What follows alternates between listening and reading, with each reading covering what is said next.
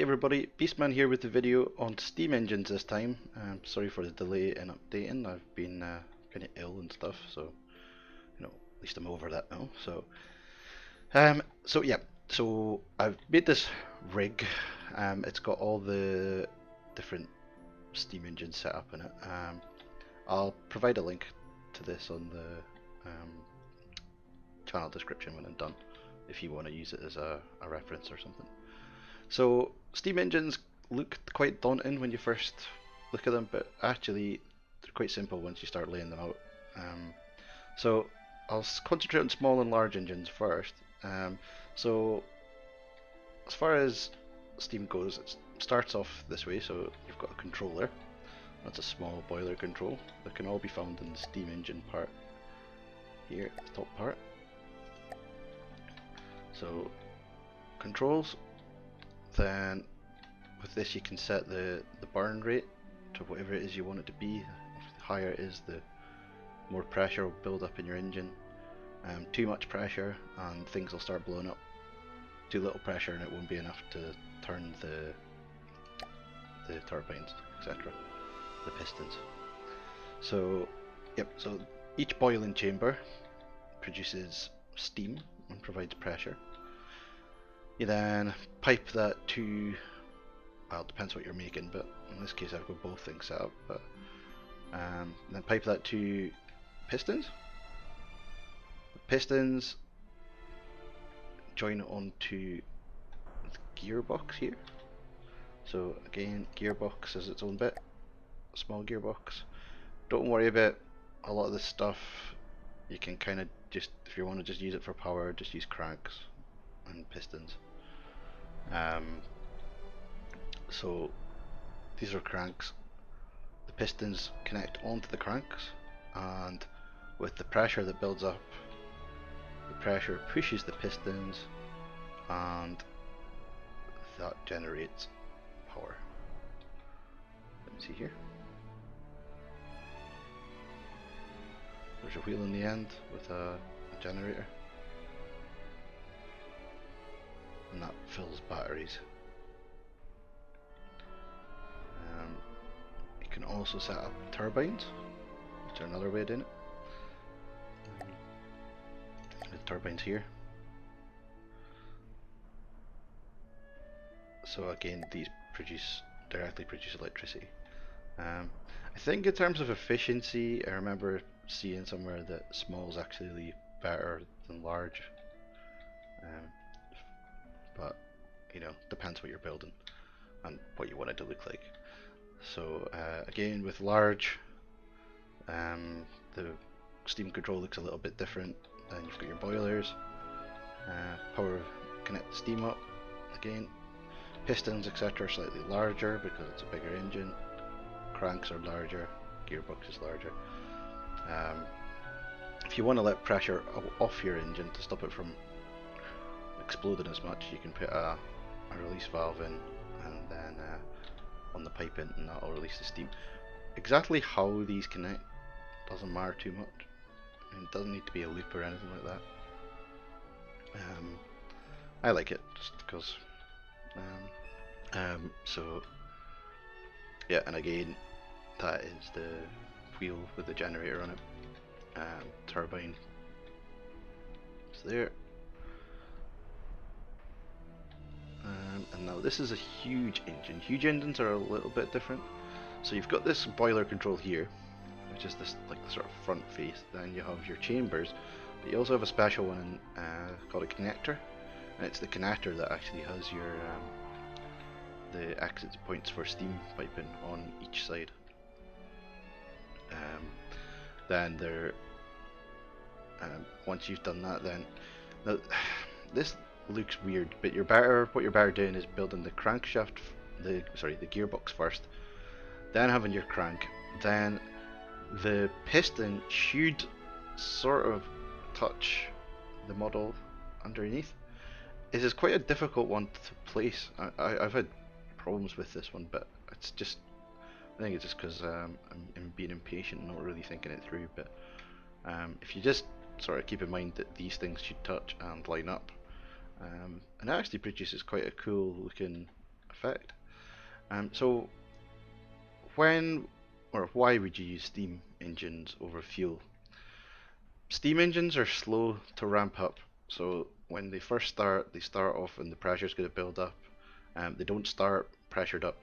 So if you're heavily reliant on steam, there's going to be a period where either ships are moving very fast, um, or your shields are going to flicker, or lasers not going to, well, laser might not fire straight away or whatever. So you've got to keep that in mind. If that's not an issue, then fine. You can also mix them, so you can have fuel and steam. Steam is less efficient than fuel per material, so what you, and by that I mean that the materials can get refined into fuel, and you get more fuel from a material than you do burning materials directly. So you've got to keep that in mind. But on the flip side, it means less faffing around if you're just using materials directly. You do, well, it's possible to get way more power out of a steam power setup than a fuel one. Although in the moment, material cost would be pretty crazy on the bigger setups. There is a steam patch coming very shortly, which is why I won't talk too much about how much material gets burned, etc., because I think this is all subject to change very, very shortly. I mean, basically, as long as you've got materials and you build your engine, you can sort of test yourself to see what the burn rate's like, etc. Another good way of doing it is just by having the steam with the turbines and then having a battery electric engine from the energy that's getting made from the steam engine. You can control the burn rates with ACBs, so I could go in here, choose, let's just choose at the start, set the steam, set the steam boilers, set the burn rate to 100. If I test that, the burn rate in this is now set to 100 or 1, and as a result there'll be more steam getting produced at a higher burn rate materials, and it'll make these pistons work harder, and at that point you can see the power being produced is going steadily up and the rotation speed's going up. If these go too fast and there's not any reinforcement, then they'll explode. They'll start breaking. You might have noticed on there that you can also set your steam valves to have a maximum pressure before it starts trying to vent pressure, but you can also set that just by pressing Q on the release valve. So you can set the thing there before it starts trying to vent heat out the release valve.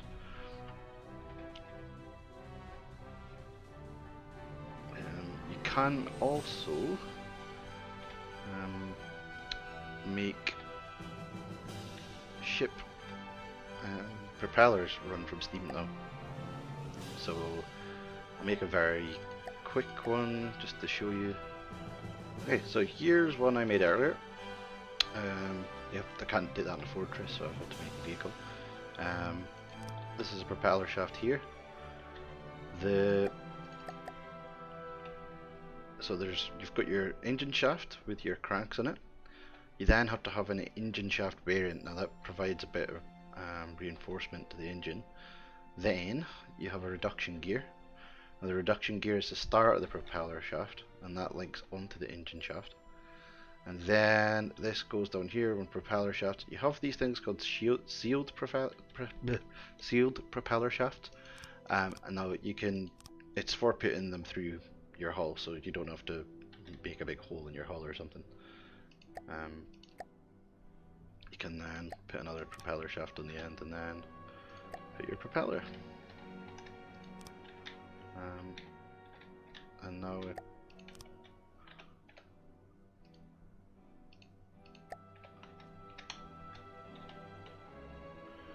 so now if I apply forward, you can see this starts turning, but as you can see, it's not massively fast, and you need a hell of a lot of steam well, probably less pistons as well, to make this thing start going at any sort of speed at all. Of course it helps when it's under the water, but, so there we go. That's steam engines. Propeller, large propellers, pretty much the same. Nothing really different. Same options. I just get different sizes propeller. So the other thing that you can do is you can use axis shifting gears. Axis shifting gears move your engine shaft along one, not your propeller shaft. That's the important thing. This is a propeller shaft here. Don't know why it's red. Engine shaft is this bit that connects to your gearbox. It's engine shaft until it gets to your reduction gear. Your reduction gear is then propeller shaft after that, and you can't use this on the propeller shaft. So you've got to do this here on the engine and move it along there. You can chain these, but you've got to have a gap in between, and you can't have this sitting next to like a gearbox. No, that's going to make much difference. Yeah, so that's steam. I hope that helped. As I say, there's going to be some changes shortly which might even make this video obsolete, but at the moment that is how you do it. Okay, thank you very much. I'll catch you next time. Cheers. Peace out.